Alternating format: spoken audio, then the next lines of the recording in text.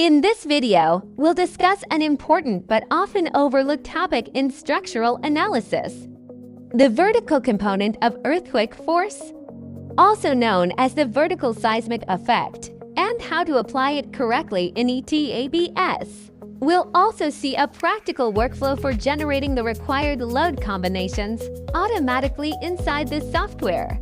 Earthquake excitation can occur in multiple directions simultaneously. A structure may experience movement along X direction, Y direction, vertical Z direction. In addition, rotational effects may occur around these axes. In ETABS, we usually define XA for horizontal seismic effects. Torsional behavior is generally accounted for indirectly through accidental eccentricity provisions in seismic design codes. But what about the vertical component? That is exactly what we are going to study here. According to international seismic design standards such as ASCE 7, IBC, ASCE seismic provisions, vertical seismic effects should be considered in cases such as structures located in high seismic regions, long span beams, cantilevers, and balconies, transfer girders, members carrying significant concentrated gravity loads.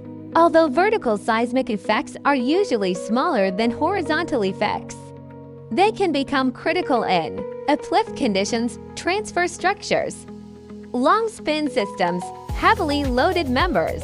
A common practical approximation used in seismic design is where EV equals vertical seismic effect.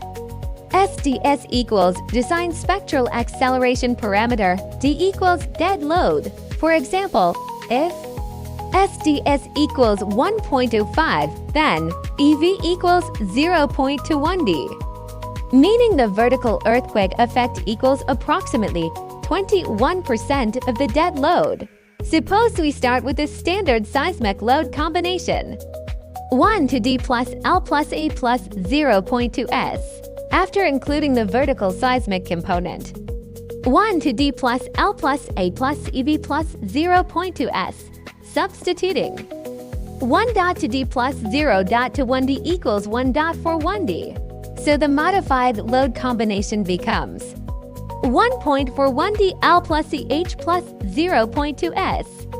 This is the reason ETABS may automatically generate combinations containing coefficients such as 1.41D, 0.69D. Now let's move into ETABS. Go to Design gives concrete frame, design gives view, revised preferences. Important settings include seismic design category, response modification parameters, overstrength factor, SDS parameter. For reinforced concrete moment frames, the overstrength factor depends on the selected seismic system and applicable code provisions. However, the most important parameter for vertical seismic effects is SDS. ETABS uses SDS to automatically generate the vertical seismic component inside load combinations, according to ASCE 7 seismic load provisions.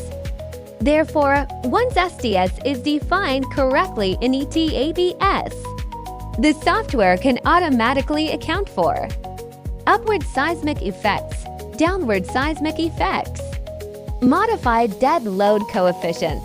For example, if SDS equals 1.05, then which directly produces 1.41D, 0.69D inside the seismic combinations.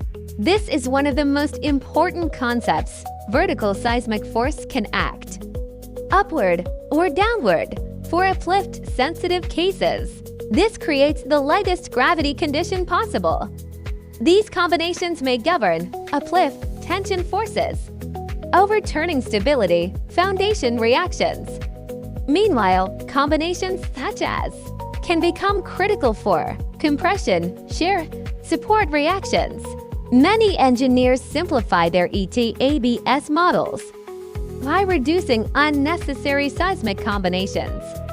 For example, Standalone X and A combinations are often less critical than combinations containing seismic interaction effects.